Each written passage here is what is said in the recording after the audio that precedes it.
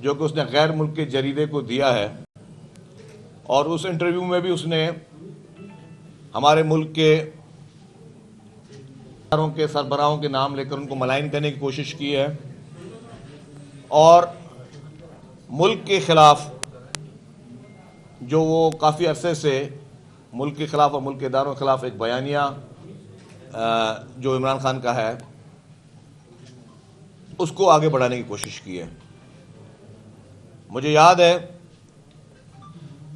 कि एक दफ़ा जब बिलावल भुट्टो ज़रदारी साहब डिवोर्स के दौरे पे थे और वहाँ पे एक इंडियन सहाफ़ी ने उनसे जब मुल्क के इदारों के लिए बात की तो उन्होंने बहुत ही मजबूती से और बहुत ही एक सही तरीके से उन्होंने अपने उस मुल्क के इदारों का दिफा किया था। और उस वक्त बिलावल भुट्टो ज़रदारी साहब अपोजिशन में थे, पीपल्स पार्टी अपोजिशन में थी, इमरान खान की गवर्नमेंट थी, लेकिन क्योंकि जिस तरह एक नेशनल लीडर का स्टांस होना चाहिए अपने मुल्क के लिए और अपने मुल्क के इदारों के लिए, उसकी सही तर्जुमानी मोहतरम बिलावल भुट्टो ज़रदारी साहब ने की।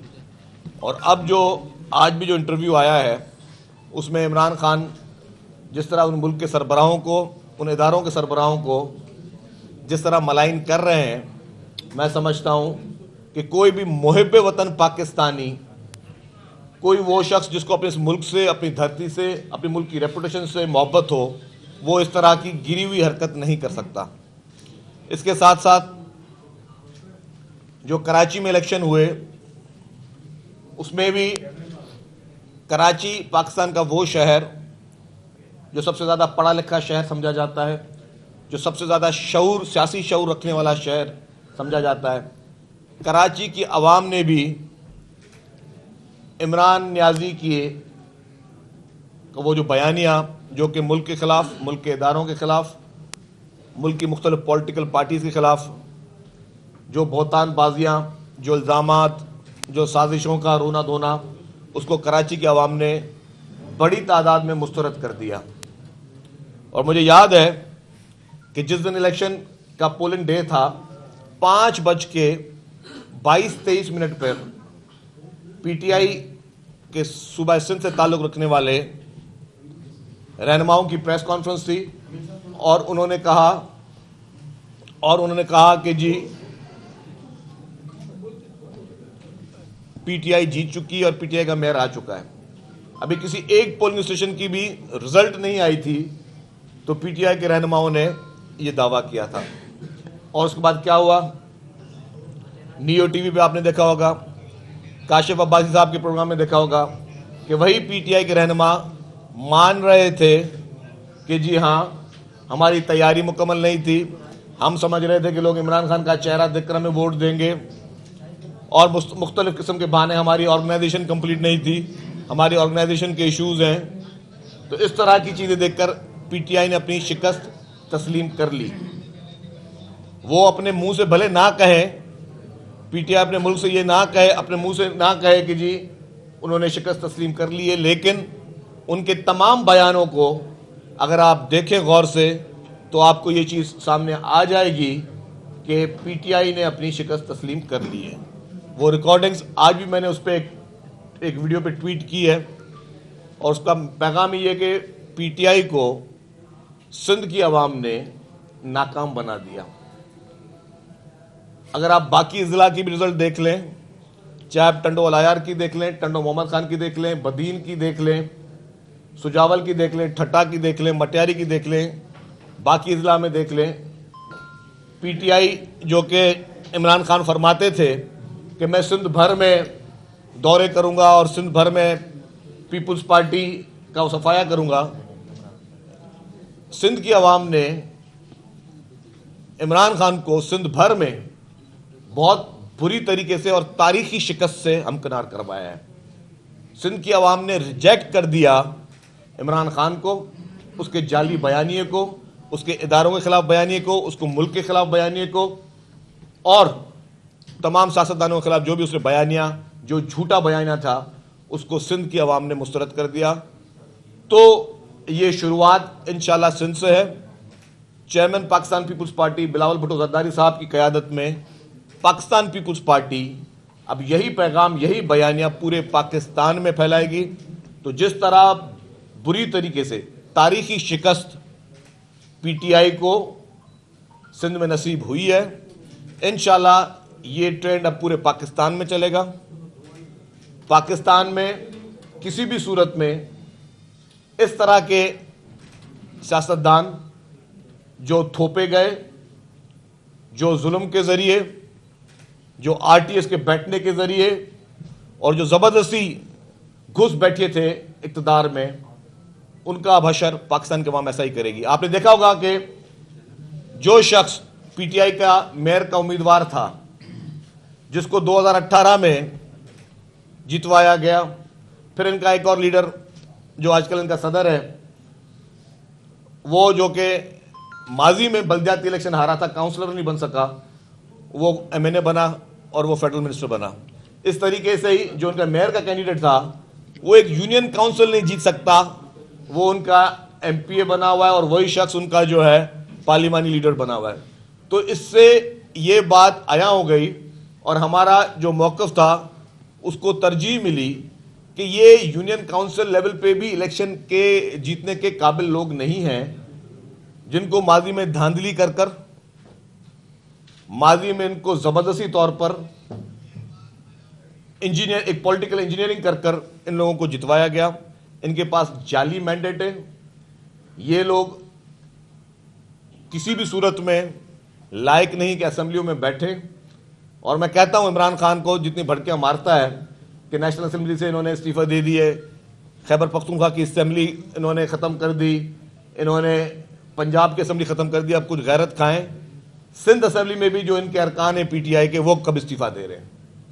इमरान खान थोड़ी गैरत खाएं, थोड़ा अपने बयानिए को और स्ट्रॉन्ग करें और फौरी तौर पर पीटीआई के सिंध असेंबली के मेंबरान को कहेंगे वो भी इस्तीफे दें, ताकि इस्तीफे दें, ताकि फिर वहां पे बाई इलेक्शंस हो और फिर पता चलेगा कि अब आपका मैंडेट कहां पे बैठता है।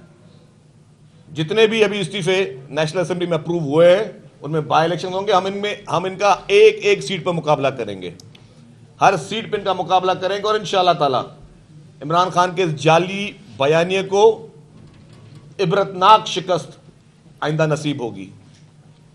क्योंकि पाकिस्तान हम सब के लिए रेड लाइन है। ये मुल्क बुजुर्गों की कुर्बानियों से बना है। इस मुल्क को के खिलाफ साजिश करने की किसी को भी किसी कीमत पे भी इजाज़त नहीं दी जा सकती। सियासी इख्तलाफात होते हैं, हमने भी किए हैं। सियासी तौर पे आप इख्तलाफात रख सकते हैं। आपको अगर कुछ सरबराहों से इख्तलाफात हैं तो वो भी आप जो है सियासी तौर पे अगर आपके पास कोई जवाब है तो आप कर सकते हैं। लेकिन आप तो इतने मैं समझता हूं कि खुदगर्ज इंसान है, इतने एहसान फरामोश इंसान है कि जो आपका सियासी डैडी, जो आपको सियासत में लेकर आया, जिसने आपको इक़्तिदार की कुर्सी पे बिठाया, जिसने आपको इलेक्शन जितवाए, आज आप उसके खिलाफ ना सिर्फ पाकिस्तान की मीडिया पर पूरी इंटरनेशनल मीडिया को आप उल्टी सीधी बातें कर रहे हैं। ये कौन सा आपका बयानिया है, ये कौन सी आपकी जो है सियासत है, ये कौन सा आपका नजरिया है। अगर आप में इतनी थोड़ी गैरत है इमरान खान साहब, तो बीबीसी को या बाकी बड़े टीवी चैनल तो उनको बताएं कि आप इक़्तिदार में कैसे आए थे, आपके लाहौर में जलसे किस तरह कामयाब करवाए गए थे, आपके लिए किस तरह मेंबरान को धमकियां देकर या फोन करके जबरदस्ती तौर पे लोगों को शामिल करवाया गया था, आपके लिए किस तरीके से जहाज भर भर के लोगों की वफादारियां तब्दील की गई थी। ये पाकिस्तान की तारीख में 2018 का इलेक्शन एक स्याह बाब है और उस स्याह बाब का बेनिफिशरी और अहम किरदार सिर्फ इमरान खान था और उसी ने ही इस मुल्क में ना सिर्फ सियासत को आलूदा किया, हमारी नौजवान नस्ल को आलूदा किया, लेकिन यहाँ पे पूरे माहौल को आलूदा किया। तो इसको आवाम को मैं समझता हूँ कि ये बहुत बड़ा पैगाम है कि जिस तरह सिंध के लोगों ने इमरान खान को मुस्तरद किया, रिजेक्ट किया, उस सिलेक्टेड को रिजेक्टेड किया, अब बाकी सूबों की भी बारी है कि वो भी अब इसी तर्ज अमल पे आगे चले। साहब, आपने जिक्र किया कि इंजीनियरिंग करके बुलाया गया सियासी डैडी का, तो मौजूदा विफाकी हुकूमत ने उन सियासी इंजीनियर खिलाफ कोई अब तक कोई कार्रवाई क्यों नहीं की? वो कौन लोग हैं जो इंजीनियरिंग करते रहे? क्या सरकारी ओहदों पर फायज थे, सियासी थे, गैर सियासी थे? देखिए जी, जिसने भी सियासी इंजीनियरिंग की, मुल्क के बच्चे बच्चे को पता है कि वो कौन थे, और वहां से ये पैगाम आ गए कि अब इस मुल्क में कोई सियासी इंजीनियरिंग नहीं होगी। मजीद इस तरीके के तजुर्बात नहीं किए जाएंगे कि घुस बैठियों को, जिनके अवाम में रूट्स ना हो, जिनको सियासत का पता ना हो, जिनको कल्चर का पता ना हो, जिन्होंने आपके मुल्क की मईशत को तबाह और बर्बाद करने में कोई कसर नहीं छोड़ी, जिसने IMF के साथ झूठे वादे करने में कोई कसर नहीं छोड़ी, जिसने अवाम को बेवकूफ़ बनाने में कोई कसर नहीं छोड़ी, जिसने करप्शन में कोई कसर नहीं छोड़ी। अच्छा, मतलब ये कोई साफ सुथरा दूध का धुला शख्स नहीं था। इसकी एक एक रिपोर्ट, इसके एक एक कारनामे, इनके एक एक स्कैंडल वो आया हो चुके हैं, वो मुल्क और कौम के सामने आ चुके हैं। ये बेईमान शख्स था, ये झूठा शख्स था, ये फ्रॉडी शख्स था, और इसके मजीद जिस तरह इसके चेहरे से मजीद मास्क उतरते रहेंगे तो इसके घिनौने चेहरे और मजीद सामने आते रहेंगे। अच्छा साहब, ये बता दीजिएगा, पाकिस्तान पीपल्स पार्टी की कराची के हवाले से क्या ख्वाहिश है कि मेयर मुतफिका हो, और पाकिस्तान पीपल्स पार्टी की क़यादत ने आपको क्या हुक्म दिया कि तहरीक इंसाफ से मेयरशिप के हवाले से कोई मुज़ाकरात या कोई बातचीत होगी? क्या लगता है कराची का मेयर कौन होगा या किस जमात का होगा? देखिए जी, मैं कोई पेशन गोई तो नहीं कर सकता। कानूनी, आईनी, इखलाकी हक जो है वो पाकिस्तान पीपल्स पार्टी का है। ये भी हकीकत है कि 2002 के जब जनरल इंतखाबात थे, आपको याद होगा कि सिंध असेंबली में पाकिस्तान पीपल्स पार्टी की सबसे ज़्यादा सीटें रखने वाली जमात थी, लेकिन जोड़ तोड़ के बाद उस वक्त पाकिस्तान पीपल्स पार्टी के मैंडेट पे डाका मारा गया। आज भी कराची के बल्दियाती इंतखाबात में पाकिस्तान पीपल्स पार्टी मेजॉरिटी रख रही है। हैदराबाद में पाकिस्तान पीपल्स पार्टी ने क्लीन स्वीप अल्हम्दुलिल्लाह किया है, और कराची के सिलेक्शन के बाद अददी नंबर में पाकिस्तान पीपल्स पार्टी का नंबर सबसे ज़्यादा है। लेकिन पाकिस्तान पीपल्स पार्टी ने जिस तरह कहा कि जी वो जमात इस्लामी से बातचीत करेगी, बातचीत कर सकती है, वो डेफिनेटली जब मुकम्मल तौर पर जमात इस्लामी की क़यादत इस चीज़ पर आमादा होगी तो उस पर रब्ता किया जाएगा। आज भी वज़ीर आला सिंध ने जमात इस्लामी के जो अमीर हैं कराची के, उनसे बातचीत की है, उनको यकीन दहानी कराई है कि जो भी आपके सिंध हुकूमत से रिलेटेड जो खदशात हैं, अगर कोई है तो उसको एड्रेस करेंगे। लेकिन मोस्टली जो जमात इस्लामी के खदशात हैं या जो भी उनको रिजर्वेशन हैं वो election commission of Pakistan Sindh से हैं, तो उसके जो खदशात हैं वो इलेक्शन कमीशन पाकिस्तान ही उनके रिजॉल्व कर सकती है। और पीटीआई की जहाँ आपने बात की, तो मैं नहीं समझता कि पीटीआई से किसी किस्म की बात इस वक्त हो सकती है, लेकिन मुझे अभी पता नहीं है, सियासत में कोई हतमी चीज़ नहीं होती, लेकिन मेरे अभी तक की इन्फॉर्मेशन में पीटीआई से कोई बातचीत नहीं हुई। शकील साहब ये बता दें कि पाकिस्तान पीपल्स पार्टी तो जमात इस्लामी का मैंडेट तस्लीम करने के लिए तैयार है, लेकिन जमात इस्लामी पीपल्स पार्टी का मैंडेट तस्लीम करने के लिए तैयार ही नहीं है, तो आपकी ये कैसे एडजस्टमेंट होगी? क्या देखिए, बात सुने, पाकिस्तान पीपल्स पार्टी को अगर वोट पड़े, सीटें मिली, तो इसमें ताज्जुब की बात नहीं है।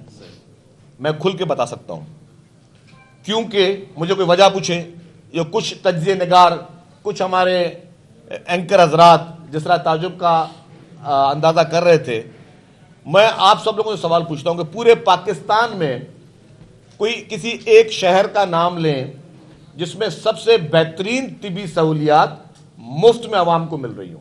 किसी एक हॉस्पिटल का नाम बता दें मुझे। क्या NICVD पाकिस्तान के दूसरे सूबों में है? क्या इन्फेक्शन डिजीज हॉस्पिटल पाकिस्तान के दूसरे सूबों में है? क्या जो रोबोटिक सर्जरीज हो रही हैं यहां पे, जिस तरीके से कैंसर का इलाज कराची में किया जा रहा है मुफ्त, क्या पाकिस्तान के किसी और शहर में कोई ऐसा सरकारी हॉस्पिटल है जहां पे मुफ्त कैंसर का इलाज हो रहा हो? वो कराची में हो रहा है। क्या सिंध में अगर गंबट में लिवर ट्रांसप्लांट फ्री में हो रहा है लोगों का, आम आवाम का, पाकिस्तान में कोई वैसी हॉस्पिटल है? नहीं है। जिस तरह मैंने कहा कि पाकिस्तान पीपल्स पार्टी ने कराची में खिदमत की है, हमारे पास जवाज है, हमारे पास सेहत में, हमारे पास अभी ट्रांसपोर्ट सेक्टर अल्हम्दुलिल्लाह काफ़ी बेहतर हो रहा है। पाकिस्तान की पहली इलेक्ट्रिकल व्हीकल जो बसेज हैं वो कराची में चल रही हैं। और आवाम को 25 किलोमीटर जो है वो 50 रुपए में आवाम जो वो सफ़र कर रहे हैं, बेहतरीन सहूलियत कर रहे हैं। मतलब इस तरह हर सेक्टर में बता सकता हूँ कि रोड नेटवर्क बन रहा है। हमारे नाज़मों ने, जो हमारे जो एडमिनिस्ट्रेटर थे, उन्होंने काम किया, पार्क्स बन रहे हैं। मतलब ठीक है, काम की गुंजाइश है, 100% हम नहीं कहते हमने किया है, लेकिन कराची के अवाम को नजर जरूर आ रहा है कि ये सिर्फ पाकिस्तान पीपुल्स पार्टी ही है जो यहाँ पे काम करे, डिलीवर कर रही है। जमात इस्लामी बताए कि जी 2018 के इलेक्शन में उनको शिकस्त हुई, उससे पहले 2013 के इलेक्शन में उनको शिकस्त हुई, 2008 के इलेक्शन में शिकस्त हुई।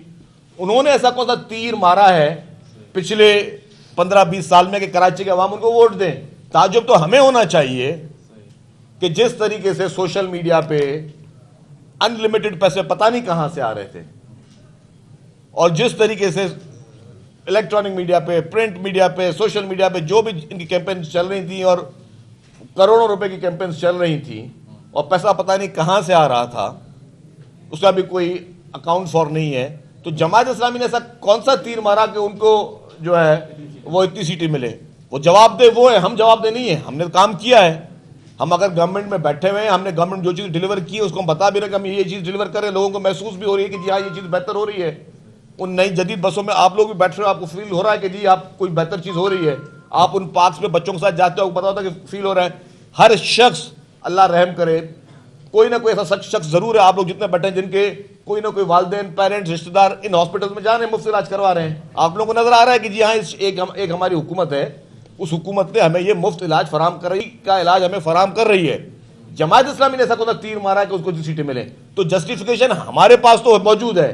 ताज्जुब उन लोगों के पास है को हो रहा है जिन्होंने एक माइंड सेट किया हुआ है पीपुल्स पार्टी के खिलाफ, जिन लोगों ने माइंड सेट किया कि जी पीपुल्स पार्टी को तो वोट नहीं पड़े होंगे। जी क्यों नहीं पड़े होंगे पीपुल्स पार्टी को वोट? जी जिसने खिदमत की क्यों नहीं उसको वोट पड़ेंगे?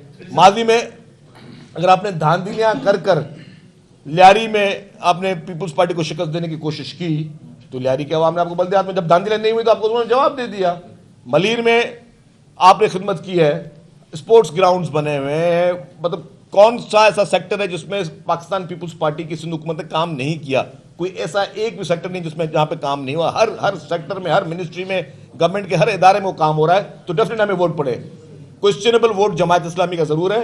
अब अगर जमात इस्लामी ने एक माइंड सेट किया हुआ है कि नहीं जी हम नंबर 1 पे थे, कहां से थे, क्यों थे, आपने ऐसा क्या किया आपको वोट पड़े, वो बताने के लिए तैयार नहीं है। तो अब वो जिद जो है, अब जिद जो है वो जिद बच्चे की जिद मानी जा सकती है, लेकिन बच्चे की कोई ब्लैकमेलिंग मानी नहीं जा सकती।